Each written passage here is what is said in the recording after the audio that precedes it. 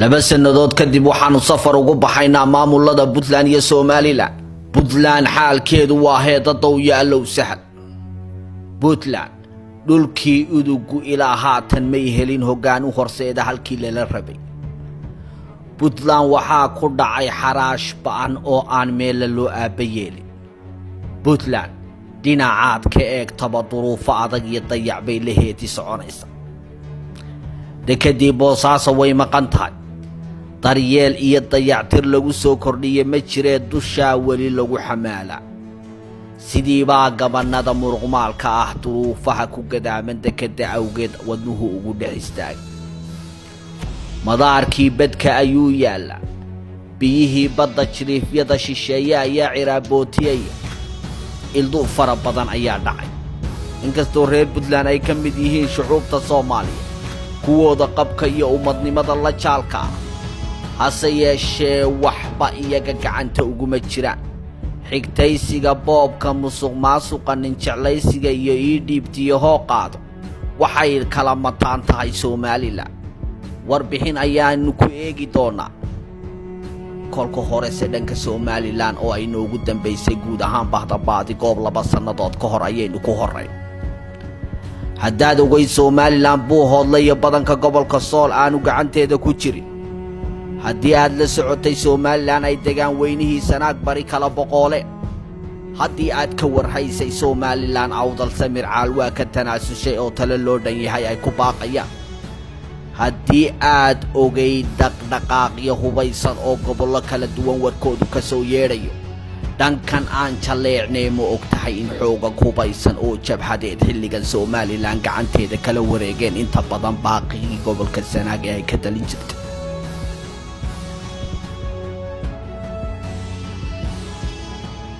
dhulxeebeedka baaxadda leh ee gobolka Sanaag deegaanada Cal iyo Guban buuralayda silsilada Guules buuraha madow ee dahabka laga guro waxaa xilligan ka taliya xoogaga jabhadda la magac baxday dulmidiid ee uu hogaamiyo Koroleyl Caar. intaasoo quraya deegaanadaasi keliya maahe waxaa ku lamaan in xoogaga hubaysan ay hanteen quluubta dadweynihii dhulkaasi ku dhaqnaa.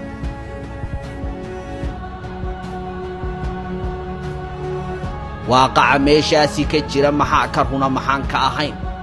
dhulka ay gacanta ku hayaan intuu duu leegyahay ma dhabbaa Somaliland tii aad ogeyd in qaybna madaxweyne Biixi amarkeeda hayo qaybta kalena xoogagan hubaysan wax laga weydiiyo. waxay qayb ka yihiin weydiimahan iyo qaar kaleba kuwa idinka dhex guuxaya. sidaasi darteed si aynu uga jiba keenno xaska babdheh wixii ku jiraaba ha ka soo baxeen. waxaanu u xarka xidhanay ka warkeenka wax kastoo dhanka Puntland iyo Somaliland ba ka jira. waxaanu ka duulay magaalada Ankara dabadeed Istanbul ilaa Addis Ababa ilaa Muqdisho Boosaaso. halkani waa gegida diyaaradaha ee magaalo ganacsiyeedda Soomaaliyeed ee Boosaaso. Boosaaso u hooyasho dabadeed lugta hore kumaanu hakane waa aan ka boqol. halkani waa dhabaha haygu soo dhicin. waxaynu sii jeexi doonaa dhulxeebeedka caanka. tani waa ceelaayo waynu se ku soo noqon. tanina waa magaalada Laasqoray. soo noqodka ayaynu soo mari maalmo dabadood. safarku inkastuu dheer yahay buur iyo bacaad ban iyo xeeb Cal iyo Guban dabooyin adag iyo togaga dhaadheer oo dhexdoodu tahay dhadhaaba shuban baynu sii jibaaxi. hase yeeshee xoogaga ka taliya waa inaga warhayaan imaatinkeeda.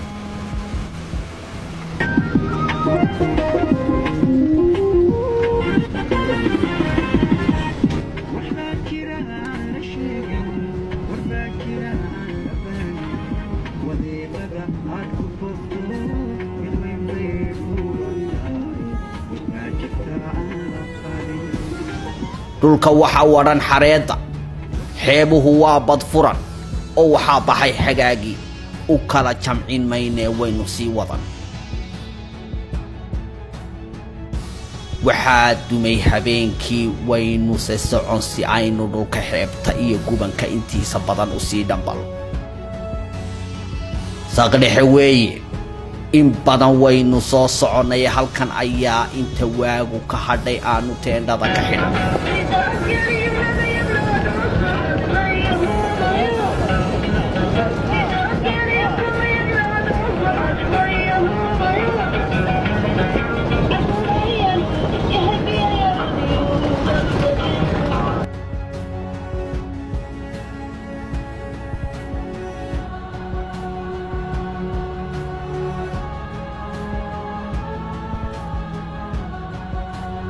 dhammaantiin subax wanaagsan socodku mar kale ayuu inoo bilaabnay beegsiga ama taargetkeenna koowaad ee aynu beegsanaynaa waa in aynu soo taabanno fadhiisimada hore ee xoogagani gacanta ku hayaan oo 8 kilomitir u jira Ceeri Gaabo barnaamijka oo dhinacyo badan iyo xogo kala duwan xambaarsan kuma koobna xoogaga jabhadda dulmidiid iyagaynu se ku horeyn hayeeshe in yar aan sharaxaad ka bixiyo dhulkan aynu ilaa iyo haatan sii jibaaxayno waa buuraha kinsiga iyo qaniimada ugu badan ay ku duugan yihiin waa deegaanta qasaayinka ku duugan hanashadooda wadamada khaliijka Carbeed ay ula habooca ugu tukubayaan waa dhul weynaha biyo la'aanta ka caagan ee caanka ku ah qulqulka durdurada biyood waa kaymaha jiqda ah ee meelaha qaarkood habeenkii iyo maalintu ay mataanaha yihiin waa hooygii xabkaha iyo faleenka hodanka ku ahaa waa dhul beereedka Soomaaliland ugu weyn ee waqtiyadii dawladii Jamhuuriyadda Soomaaliyeed ilaa iyo Muqdisho loo dhoofin jiray wax soo saarkiisa Somaliland ku filayd ka hor intaan suuqa ganacsiga khudaarta Itoobiya lokoota loogu xulin waxaan soo gaarnay taliska jabhadda gaar ahaan fadhiisinka guud ugu horeyn waa kan caare aminta oo casar liiqa safarka oo aad noogu dheera roobab mahiigaana oo iyana iminka dhibicdana saaray caawa halkan baynu u hoyan saaka waxaanu gudagalaynaa qaybaha iyo saldhigyada jabhadda halkan waxaa ku sugan boqolaal dhalinyaro oo intooda badan ardaydii dhammaysatay dugsiyada sare iyo jaamacadahaba ciidamada jiidan jooga waxay u kala qaybsan yihiin laba qaybood dadkii deegaanka oo jabhadda ku biiray oo hubkii rasaasta gacanta laga saaray iyo ciidamada deegaanka qardho loogu bilaabay tababarka kuwaasoo tababarkoodii halkan ku dhimaystay waana ciidanka sida weyn u diyaarsan waxayna degan yihiin taliska guud ee jabhadda oo ah halkan aynu haatan ku sugannahay ciidamada kale ee deegaanka ee jabhadda ku biiray oo dhisida iyo diyaarintoodu goob kasta ka socoto mid walba gaarkooda ayaynu u tagay waxaa intaasi wehelisa dhalinyaro iyaga loo tababaro hubka qaybihiisa kala gadisan gaar ahaan hubka waaweyn ugu horeyn waxaan taliyaha weydiisanay inuu noo ogolaado tagista deegaanada jabhaddu gacanta ku hayso iyo ciidamada ay tababaradu u socdaan iyo waliba inaanu duuban karno ciidamada meelahaasi ku sugan iyo kuwa gaarka ah ee taliska guud ku sugan ciidamada taliska guud ku sugan hal meel ayuu isugu geeyay waxaanuna ka qaadnay sawirro maadaama oo uu diiday taliyuhu inaanu wax muuqaala ka duubano sidoo kale wajiyadooda sawiran intaasi kadib waxaanu raacnay mid ka mid ah gaadiidka qalabaysan waxaanuna tagnay ugu horeyn goobaha surud ee ciidamada deegaanka tababarku uga socdo mid ka mid ah dulmigu hadho taliyaha halkan ku sugan ee ciidanka tababaraya waxaa ka mid ahaa saraakiishii hore u maamuli jirtay mid ka mid ah saldhigyada ciidamada Soomaaliland iminkana wuxuu ka mid yahay saraakiisha jabhadda wuxuuna haystaa jiida buurta surud waa ciidan ka tirsan dhaqdhaqaaqa dulmidiid waa guuto ka mid ah ciidamada dulmidiid waxaanu aasaasnay hadeer in badan way aasaasnaayeen iyagiyo goobo kaloo badaniba waxaan markaa halkan aasaaska nagu kalifay anigu waxaan ahaa sarkaal ciidana waxa iga Jamhuuriyadda Soomaaliland waxaan uga soo go'ay oo uga imi dulmiga yaala dhexdeeda sida aad wada ogsoontihiin ma jira wax la yahay sharci baa dalka shaqeeya iyo ciidanimadu waa sharci wax la yaana ma jiraan waxay asaasan yihiin ridida taaquudka musabix halkani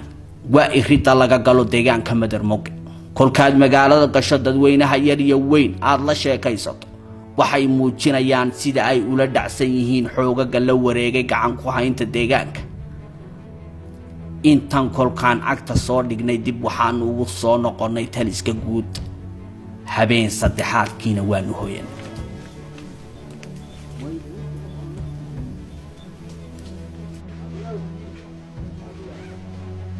saaka intaynaan gudagalin safaradeenna kale iyo deegaanada ay gacanta jabhadu ku hayso waxaynu waqtigeena ku qaadan doonaa taliskooda guud waxaynu waraysiyo la yeelan doonaa saraakiisha jabhada balse marka hore waxaa halkan dhalinyarada lagu baraa isticmaalka hubka fudud iyo adeegsiga hubka waaweyn sidoo kale waxay ku bartaan shiishka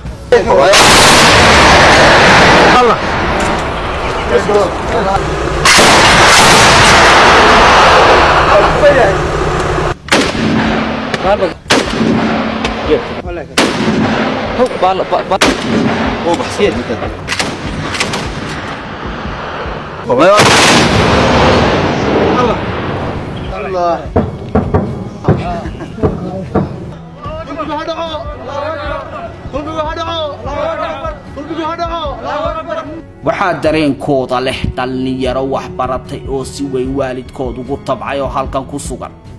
laakiin nasiib darro badweynta dulmigu ay sahayatay kuwaasi oo haatan kelmida jabhadda oo qaarkood ridayaasha hubka waaweyn tababar ugu jira bismillaahi raxmaani raxiim anigu waxaan ahaa ardaydii gobolka Sanaag wanka u gashay waxbarashadii markii dambena nasiib u heshay inay dugsiga Sheekh tagaan waxbarashadii dugsiga Sheekh markaan dhamaysanay anigu waxaan ahaa waqtigii xilligii uu haystay wasiir Cabdi Daahir wasaaradda xanaanada xoolaha waxaan ka helay shaqo muddo ka bacdi waa la geeriyay muddo badan markaan doondoonay shaqadii waxay noqotay ilmaan waraabsi markay ilmaan waraabsi noqotay waxaan ku biiray ururka dhaqdhaqaaqa ee sinaanta iyo cadaaladda oo hogaamiye Jaran Lacaafe waayo wixii aad qalinkaaga ku weydeen in qorigii lagu helo badalku maraya waxaa iyaduna xusuusteeda mudan qoomamo weheshada salka ku haysa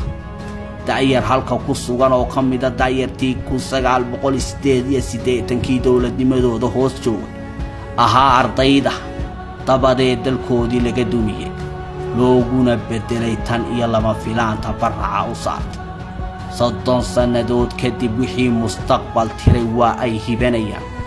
halla maran kala sarraysiin mustaqbal ibeen aan dhammaad lahayn kadib hubka ayay qaateen halkan ayaanu qaarkood kula kulan anigu waxaan ahaa Cabdirasaaq dadkii 1988 waxaan ahaa arday baan ahaa standard 3 waxaan ahaa muraayadii la jabiyay ay jabiyeen jabhadii aslam way soo socotay jabhadii waxay dhashay inay ku dhawaaqno Soomaaliland oo inay noqotay inay noqon hoosta ka xidhano waxa dhacday markay noqolka hoosta ka xidhanay inaga oo qol hoos inaga hadii badankeeda leeyahay gabigeeniba Soomaaliland ay noqon inaga qolka yar in hoosta kaga jiro ba haddana waxa dhacday qolka hoostiisa inay ku heshiin weyn oo ka dilaa aynu ka si kala noqoto gruubo aynu si kala noqono hadii badankeeda leeyahay isla iscaburiyo dadkii hadii badankeeda leeyahay xiriir lagu rido hadii badankeeda ganacsiga xoog hadii badankeeda leeyahay ganacsiga laba qof loo xiro hadii dagaalkan soconaya wuxuu ka dhacayaa waa qolka hoostiisa qolkii waa jaban yahay qolkii maanta waa la jabsaday waxaanu leenahay cidda danaha gaarka ka eeganaysa shaashadan liidata ee Muusabixi waxaanu leenahay gruubadan ku jira waxaanu leenahay ka soo bax cidii hadii aad ka soo bixi weydaan cidii ku jirta waanu anaga ugu gelayno gacanteedu ugu tagayno ka soo saarayno waa la isweydiinaya 30 sano kadib wixii dhacay waxaanu anaga mustaqbalkayagii sida ku dhacay ubadkayagii ku barbaari maayo hadaan ku dhalay qolka hoostiisa ku barbaari maayo ubadkayaga waxaanu u diiwaan waxaanu leenahay hadii badankeeda ay u doonayna mustaqbalkooda raadinayna waxaanu maanta u leexanaynaa danaha iyaga naga lumay dadka aanu deriskanahay gacmahaanu isqabsanaynaa talaanu isugu noqonaynaa tala midaysan baanu gelaynaa danaha iyaga nu tishanaynaa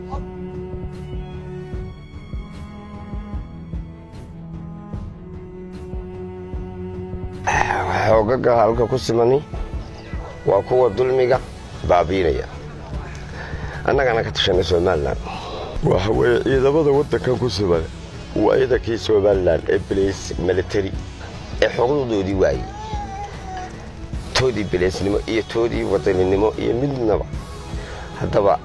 waxaway ninkii moodu haystay in dawlad Soomaaliland la yaada jirto wax jiraan ma jiraan caalamka Ilaahay baa dhinac laga biiraya waxaana dalkan rogay SNM baanu wax SNM la yaada ma jira xaraamiin ba Ilaahay naarta ku fogay mustaqbalka yagii iyo chanskayga dhanba naga cayaaran anigu istaadana eed baa maanta dalka la burburiyay maanta raqal iyo buug dib isugu maqla meelaan haystay meelaan joogto la garmaayo intaasi kadib waxaanu waraysi la yeelanay taliyaha jabhadda Koroleyl Caar waxaanu kaloo iyagana la kulanay qaar ka mid ah saraakiisha asaaska jabhaddan aanu asaasay waxa weeye markii aan arkay dhibaatooyinka ka jira iyo cadaalad darrada ka jirta dalkan ay xukumaan labada nin Maxamed Kaahin iyo ninka la yiraahdo Sabixi waxba laga qabanayn iyo dulmiga ka jira ayaanu aasaasay jabhaddan waxaad ka mid ahayd ururka SNM dalkii la oran jiray Somali Great waxa ka mid ahaydeen kuwii gacmahooda ku burburiyay ka shalaay santa natiijadeedii markay tan tahay bismillaahir rahmaanir rahiim maalinba waqti baa la joogaa maalinta jahadaydu waxay ahayd in la burburiyo dictatorka ninkan militariga wadanka haysta laakiin waxaan dib u xusuustaa 1969 markii la inqilaabay dalka Soomaaliya ee militarigu qabsaday waxa jirtay in Maxamed Siyaad Barre 3 sanadood markuu haystay caafimaadka iyo biyaha iyo waxbarashadaba ay fuul noqotay marka waxa la oran karaa qorshahan iminka Somaliland إذا بتوبة وهايو وحلا نكره ولا بخسارة ما لا نكره مركب أنت قويفتين يقول كان سنة قلة حل الدولة دي سياد برا وحلا ورشدو وربح قصارة وحلا قناع سياقات فربضن دكتور ما يدقوي فريد لاسقري وقوي فريد حوله هو كله في جرين hadda sideen shada ku macallin oo daragtay wadadeeda darkaysa waxbarashadeeda daragtay caafimaadkeeda daragtay waa soo martay arrimaha bulshada oo dhan waa soo martay waxa la oran karaa waxyaabahan iminka iyo dawladnimada maanta lagu noolayo ee jirta Hargeysa gabalay ka masqayso taasna waxa weey leadershipka hogaaminaya ayuun baadee مسؤولية له. وطهي. dadka deegaanka aan soo aragnay oo ilaa iyo jiidaha ciidankaaga sugan yihiin dadka beeraleyda ah iyo koox xoolo dhaqatada waanu kamarada la dul tagnay waxay ka dhawaajinayeen xaaladda Soomaaliland 30 sanadood inaanay waxba la lahayn waxay kaloo ka dhawaajiyeen inay talo isugu noqon doonaan talada ay sheegayaan ay kaga arrinsanayaan kamid ahaanshaha Soomaaliland sidan ay tahay maanta say looga mid ahaan karo ka general ahaan iyo ka jabhad ahaanba ma la qabtaan aragtida dadweynaha halka ku dhaqan waayo dadkani waa dadkii la baxay ururka SNM ay ka mid ahaayeen dadka lagu qiyaanayay xaaladan maanta jirta ay ka mid yihiin dadka aan kaashanayno ay ka mid yihiin bulshada dhulka ku dhaqan bay ka mid yihiin markaan xaqiiqada ku sheego Cabdirasaaq ilaa gobolka Togdheer ilaa Sool iyo xuduudeeda ilaa gobolka Sanaag iyo xuduudiisa wax ka qabsoomay oo arrimaha bulshada ay ma jiraan marka la mowqif baanu nahay oo isku tiirsanahay isku mid baanu nahay iyaga iyo kuwa kale ee reer Togdheer reer Sool dadka qaar baa xiriir amniga duulaan ku yihiin idinku ma fiktan baatiin oo dad dulmi tirsanaya dulmi ka cararaya ciidamadaadu sama kuwaad halka ka abaabultay baa mise waa ciidamo kula mid oo sida saraakiil oo ka soo goostay Soomaaliya bismillaahir rahmaanir rahiim markaan xaqiiqada ku sheego labadaba way isku jiraan saraakiil ka mid ah ururka SNM ka mid ah dawladda Siyaad Barre oo xuquuqdoodii weeyay iyo kuwa ka mid ah ciidamada labadaba waaliyo marka xaqiiqada dhabta ku sheego waxa weeye anagu ummadda ayaan briefing gareynaa ummaddaanu baftiinana in dulmiga laga baxo hor intaydan jabhadda aasaasin ma jiray miyaa weydeen xal kale maxay idin diidayna boorar qaadataan mudaharaadaan gadoodaan oo dareyska rogtaan xal ka horeeya jabhadda miyaa weydeen bismillah cabdirasaaq halka markan dib adigu ugu noqdo adigu waxa tahay ninkii wadankan u dhifay maxaa ka saaray miyaad qayrin kari weyday miyaad hadli kari weyday maxaa adiga ka saaray taas waxay cadeynaysaa in meeshii dictatorkii la riday joogo oo aanu dahrada golayn dadkii maxaa dadka loo xilxilaya maxaa imanka suxufiyiinta loo xidhay maxaa aqoonta loo xidhaya qoori way ka farsan silsiladan goolis ilaa iyo xeebta waa jiid intee leeg baad gacanta ku haysaa ciidankaaga xukumaay markaan xaqada ku sheego waad ogtahay dhulka wad soo martay ilaa iyo laas qoray wixii ka sokeeya ilaa iyo xiis iyo mayr inta u dhaxaysa ilaa min dee bifnay ma sha Allah alxamdulillah ilaa iyo buraleyda gacantaan ku haynaa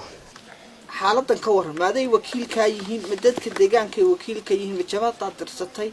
mana dhexdhexaadiya taagantiin salaadiinta arintooda dadka mugdi baa kaga jira bismillah aan cadeeyo salaadiintu waxay ahaayeen salaadiin u dhalatay wadanka iyaga isxilqaamay qayb isxilqaantu ay leeyihiin boqol oo dawladda soo diratay way leeyihiin laakiin iminka waqtigan xaadirka lagu jiro waxba kama jiraan ka waran waxa jirta jabhad soo lagaga dhawaaqay sidoo kale awdal baa jabhadi ka jirta taadu waa tan oo ilaa iyo jiida xeebta ma jirta waxa lahayn soo leedahay jabhadahaas xaqada markaan ku sheego way jiraan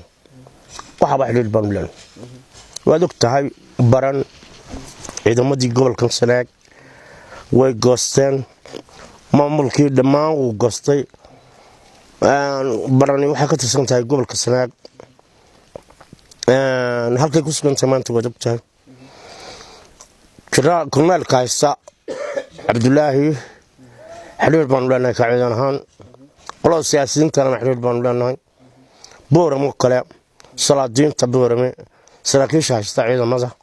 xiriir baan leenahay kuwa qaatimo waan leenahay xiriir isku xidhanahay kuwa kale oo iyana qorlugu jooga iyaga laftooda xiriir baan leenahay dhammaan jabhadaha wax laga xukumaa dulmidiid dadka deegaanka ee ku biiray xoogaga ciidamada jabhadda dulmidiid waxaa ka muuqata dareen ahaan inay si weyn ula dhacsan yihiin ka mid ahaanshaha jabhadda iyo inay heleen fursad ay kaga dhiidhii karaan dulmi 30 jir ah oo huga la huwaday adeeralkan joognaa waa Ashida waxay ka tirsan tahay gobol Sanaag horta anagu dalka laba talis baa ka jira waa taliska Musabbix iyo taliska yaga haddaan inay jabhadda anagu wax saxaafad la dhawarta marka hore ma taabano saxaafad mana arqaladayno ninka saxafiga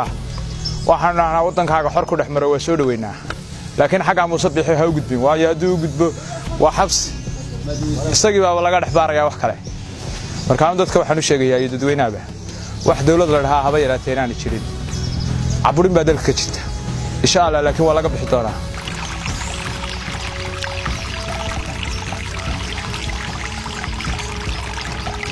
gobolka Sanaag walow uu sii kala liito Somaliland sheegashadeedu waxay uga dhigan tahay afduub aan hore garowshiya u helin haatan culays weyn saaran yahay inkastoo gobolada barigu isma dhaanto ay yihiin haddana waa gobol u agoomoobay dawladnimadii dadkan laga burburiyay dabadeed lagula shuraakoobay hayb iyo xigtaynu nahay xilligii dawladii kacaanka wuxuu lahaa gobolka Sanaag warshado dekadiyo madaaro iyo wax soo saar dalag oo la dhoofsho maanta intaasiba ma laha dadka deegaanka oo ahaa dad yowga lama jeerto waaga ganacsatadooda waaweyni 100 bay kor u dhaafayeen maanta hal iyo laba jeeblayaal ah ayaa ka jira xilligan warshadii qorigu ma jirto dekedoodii waa la burburiyay warshadii kalluunka ha sheegi madaarkii ceeri gaabo ee 1967 diyaaradaha caalamiga ah ka digi jireen waa uu xidhan yahay wax soo saarkoodii beeraha waxa lagu ciryaamiyay kan Itoobiya waa ay daalan yihiin muddo dheer dalan baabiyay 30 sannadood dhulkan aan iminka ku sugannahay wax kale ha joogaane malaha MCH iyo isbitaal toona waxbarasho iyo dugsiyo haba sheegi meelaha aan tagnay waxaa ka mid ah cirshiida xarshow iyo kuwa ku xeeran raadadka aafooyinka isbarkani dadkan ay ku reebeen ayaa waayeelka deegaanku waxay muujinayaan siday u soo ridatay damqashada dulmiga 30 jirka ah ee muddada intaasi leeg ay ku soo samrayeen waxaanu xoolaqato xoolaheena ilaa 30 sanadood burbur ku jira dawladii hore siyaad barakada dawlad ma arag haba yaraatee bilays ma hayno xukun ma hayno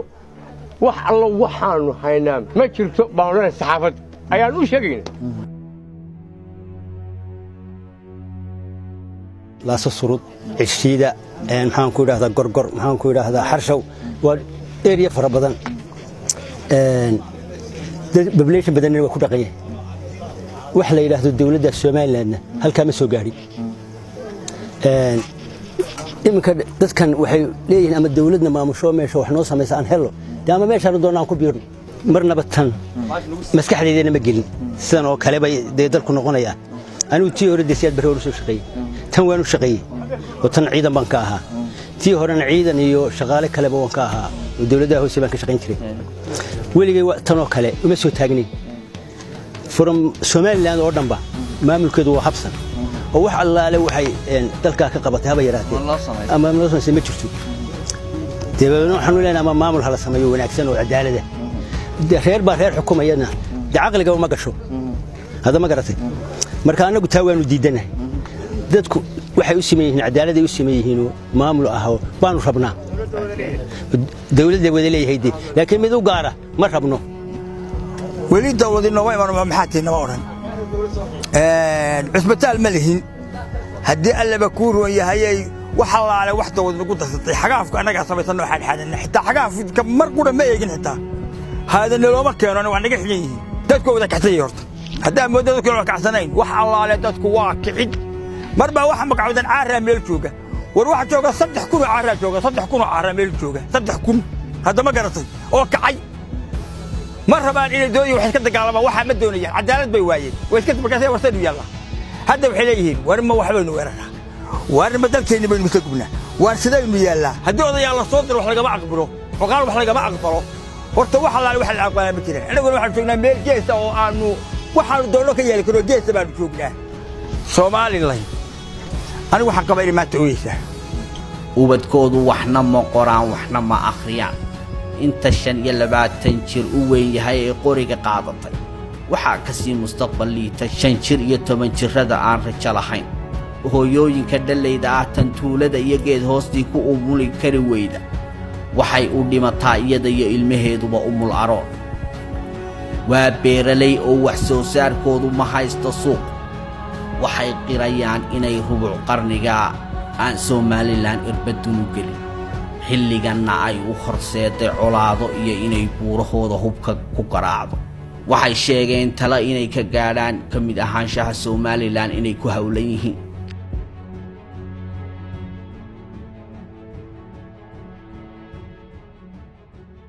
dib ayaanu soo laabanay waxaanu soo marnay xeebaha intii aanu ka gaari karaynay halkani waa Saneeqaa Damaydh halkanina waa gadhka geelweyto oo ah halka ugu dambaysa ee jabhadu fadhiisinka ku leedahay abaanduulaha jabhada oo kamid ah dhalinyaradii koorsooyinka ciidan dalka dibadiisa u tagay ilaa heerka labaad soo dhamaystay dabadeed la duudsiyay dibadana u baxay ayaa halkan kula kulan halkani waa laas qoray caawa iyada ayaynu u hooyanaynaa waxaa baryay waagi laas qoray 30 sannadood ee Somaliland sheeganaysa ma jirto haba yaraatee wax loo qabtay yaanba loo qabanay ballanqaad been ah ayaa ishaasi u yeelay hooyadii kalluunku waxay ahayd tu ildaran sidaasi oo ay tahay miisaaniyadda Somaliland iyada iyo deegaanada ay ka mid tahay waxa ugu jira sanad kasta 2% boqolkiiba 2 laakiin mooyee bal dib aanu celino taariikhda 5 sannadood ka hor halkan yaa yimi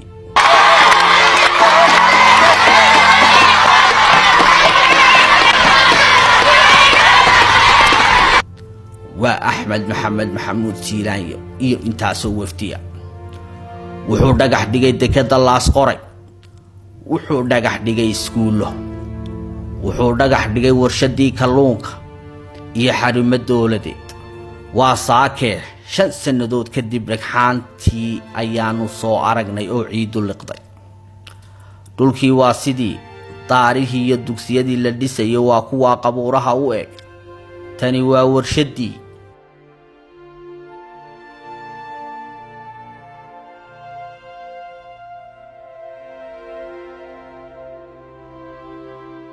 tanna waa dekadii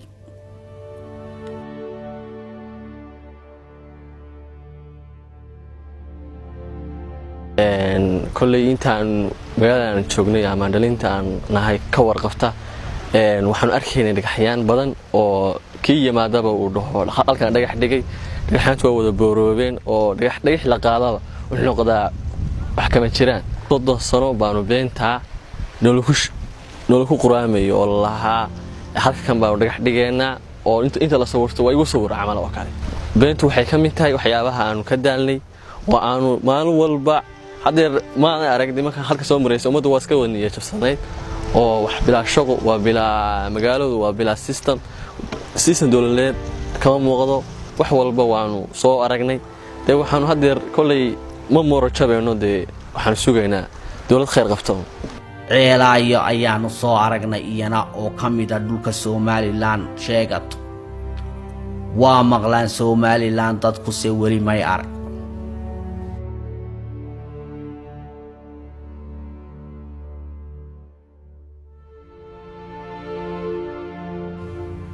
daawadaya boosaaso ayaanu ku soo noqonay maalmo ayaanu waqti ku qaadanay